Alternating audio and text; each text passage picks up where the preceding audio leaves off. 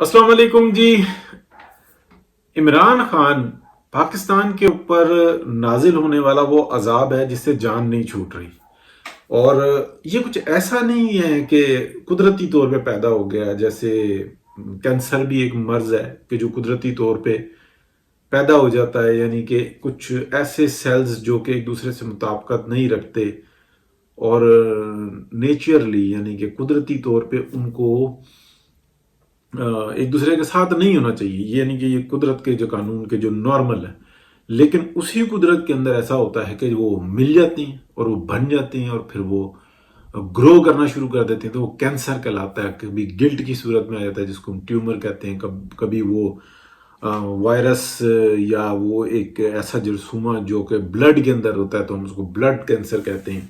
तो ये इस पे तहकीक जारी है और मजीद रहेगी। बहरहाल पहले से कंट्रोल किया गया, लेकिन इससे ज़्यादा स्ट्रॉन्ग जो इंसान यानी कि कैंसर आ जाते हैं, मुख्तलिफ किस्म के होते हैं। ये हम कह लें इसको कुदरती अमर। लेकिन एक वेपन्स होते हैं, एक ऐसा सिस्टम होता है जो कि पुराने ज़माने में या दौरे हाजिर के अंदर भी वो वेपन्स मौजूद होते हैं कि जिसको हम बायोलॉजिकल वेपन कहते हैं, या आई थिंक कीमियाई हथियार जिनको कह लिया जाए ख़ास तौर पे, तो वो फ़िज़ा के अंदर कुछ ऐसे मवाद शामिल कर दिए जाते हैं कि लोगों को बीमार करते हैं ख़ास किस्म की बीमारियों में, और उसकी जो वैक्सीन होती है या उससे मुदाफ़त करने वाले जो सिस्टम होते हैं वो वक्ती तौर पे मौजूद नहीं होते, या वो इतनी तेज़ी से सिस्टम को गिराते हैं कि क्रैश करते हैं कि निज़ाम का संभलना यानी कि जिस्म के अंदर जिस्मानी जो अज़ा होते हैं वो फेलियर की तरफ चले जाते हैं और इंसान की डेथ्स होना शुरू हो जाती हैं, जानवर मर जाते हैं। तो इसको हम कीमियाई हथियार कहते हैं।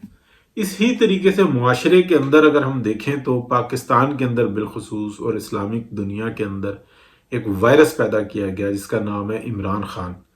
अब हम ये देखते हैं कि ये एक तजर्बा था जी, और ये हो गया और फिर वो जो तजर्बा करने वाले थे उन्हीं के ऊपर पड़ गया। ना ना ना, बिल्कुल ये जो बातें की जाती हैं उससे मैं शुक्र अल्हम्दुलिल्लाह जितनी भी आवाज़ है मैं शुरू से मुखालफत करता आया हूँ कि नहीं, ऐसा नहीं है।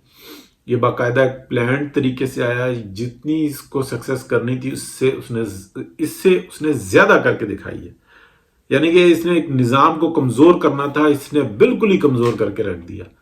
ये थोड़ी सी तकलीफ हुई है, यानी कि जो हमारी इस्टेब्लिशमेंट है वो ये चाहती थी कि ये जो तरक्की और खुशहाली की जो तरफ पाकिस्तान जा रहा है और सिविल सुप्रीमेसी की तरफ जा रहा है, ये ना हो, ये निज़ाम हमारे हाथ में रहे, हम अपने प्रोजेक्ट्स रहें। यानी कि अभी भी जो वो कह रहे हैं, मैं इस बात को समझाने के लिए कि हम गैर सियासी हो गए।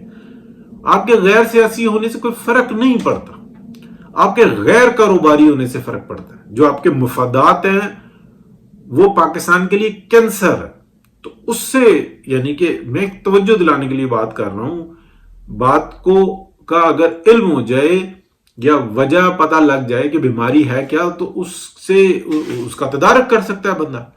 जब तक आपके ये प्रोजेक्ट्स रहेंगे तो ये हविस बढ़ती जाएगी, ये सिस्टम ठीक नहीं होगा। तो ये मैं बात को समझाने के लिए, इमरान खान जो एक मुसीबत है, अब वो जो सा है सिस्टम को खा रहा है, उसको भेजने वाले यानी कि उस कीमियाई हथियार को फेंकने वाले उन लोगों ने जितने यहां पे पाकिस्तान के अंदर वो सिस्टम है कि जो इसको काबू कर सकते हैं, उनके मुफादात को तहफ़्फ़ुज़ देकर रखा हुआ है। यानी कि जैसे अगर हम देखते हैं कि मुख्तलिफ जगहों से रिपोर्ट्स आ जाती हैं कि फलाने के इतने अरब हैं, फलाने के इतने अरब हैं, फलाने की इतनी कंपनियां हैं, फलाने जगह पे इतने एसेट्स हैं, पता लगने के बावजूद लोकली और इंटरनेशनली कोई एक्शन नहीं होता। जबकि किसी का 10 से 11 हजार डॉलर जेब से निकल आए तो पूछते हैं बताओ कहां से आए, क्या बैंक लूटा है या क्या वारदात डाली है, बताओ बताओ बताओ।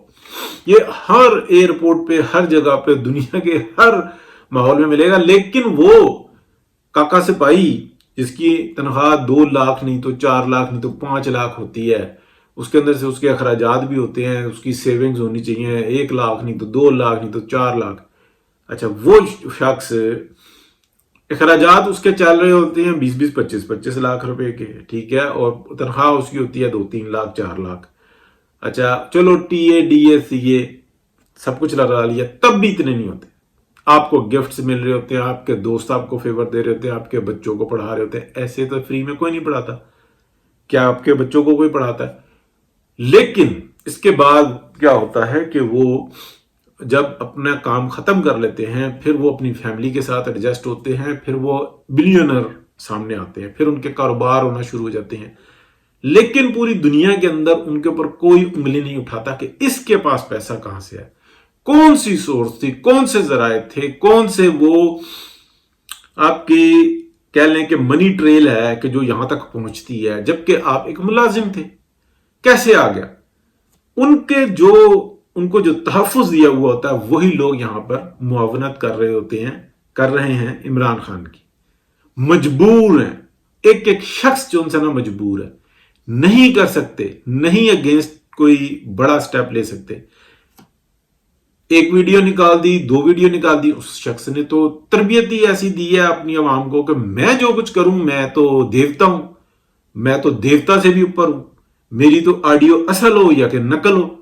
کیونکہ اس چیز کا تو نوٹس عدالت لے سکتی ہے، عدالت پوچھ سکتی ہے. مجھے اگر کوئی پرابلم ہے تو یعنی کہ وہ میں ہی عدالت کے پاس ہی جاؤں گا نا، میں خود تو ڈنڈا لے کے نہیں نکلوں گا. کوئی شخص مجھے گالی دیتا ہے تو میں کیا کروں گا؟ پولیس میں رپورٹ کرواؤں گا. پولیس کیا کرے گی؟ وہ اس بات کی رپورٹ بنائے گی، رپورٹ بنا کے عدالت میں دے دے گی، ہاں جی ارشد کو فلانے بندے نے گالی دی، ہم نے تحقیق کر لی ہے، ہمارے پاس آڈیو بھی ہے، ویڈیو بھی ہے اور 4 گواہ بھی ہیں. عدالت سزا دے گی نا. تو وہ عدالت ہی جو ان سی ہے نا وہ بتاتی ہے کہ اچھا بھائی یہ شخص ہے، یہ نوکری کرتا تھا، اس کی 3 لاکھ 5 لاکھ تنخواہ تھی، ٹوٹل بہت بڑی تنخواہ ہوتی ہے، ٹھیک ہے نا، چلیں 10 لاکھ تنخواہ تھی، 20 لاکھ تنخواہ تھی، اتنی تھی. اور اس کے جو ایسڈز ہیں یعنی کہ اس کے پاس جو مال ہے وہ تو اربوں کا، کہاں سے آیا؟ تمام ادارے بھی عدالتوں میں ججز کی آپ دیکھ لیں، ان کی حالات دیکھ لیں.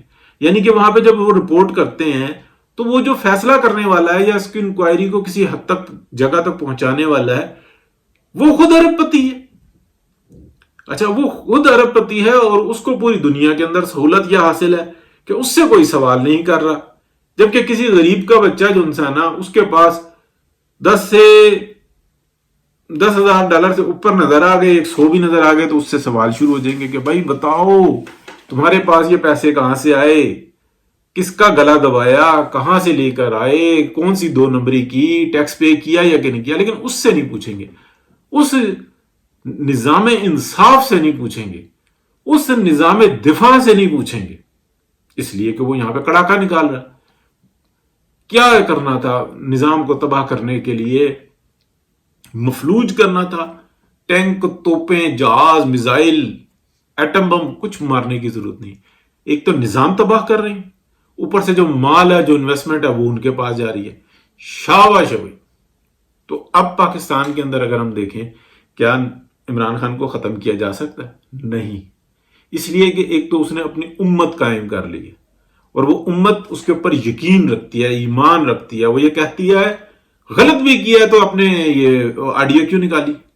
یہ آڈیو ریکارڈ کرنے والا غلط ہے، یہ ویڈیو ریکارڈ کرنے والا غلط ہے.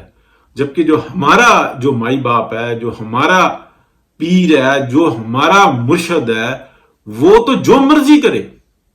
یعنی کہ وہ مجھے آخر میں بات کر کے یہیں پہ کلوز کرتا ہوں کہ ہمارے جو ناراض ایک وہ ہیں سعود بٹ صاحب، وہ ایک پروگرام میں ہمارے ساتھ تھے تو انہوں نے کہا تھا کہ یوتھیے اتنے ہیں کہ اگر ان کے گھر میں خان گھس جائے نا تو یہ کہیں گے کہ یا لبے لباوس کا یہ تھا کہ یار اسی کی کریے ساڑی بہن ہی ایڈی سونی سی، خان کی کردہ خاندہ کی قصور ہے. تو ان کے ایمان تو یہاں تک ہیں اپنے مرشد کے اوپر. تو وما علینا الا البلاغ. اللہ حافظ جی.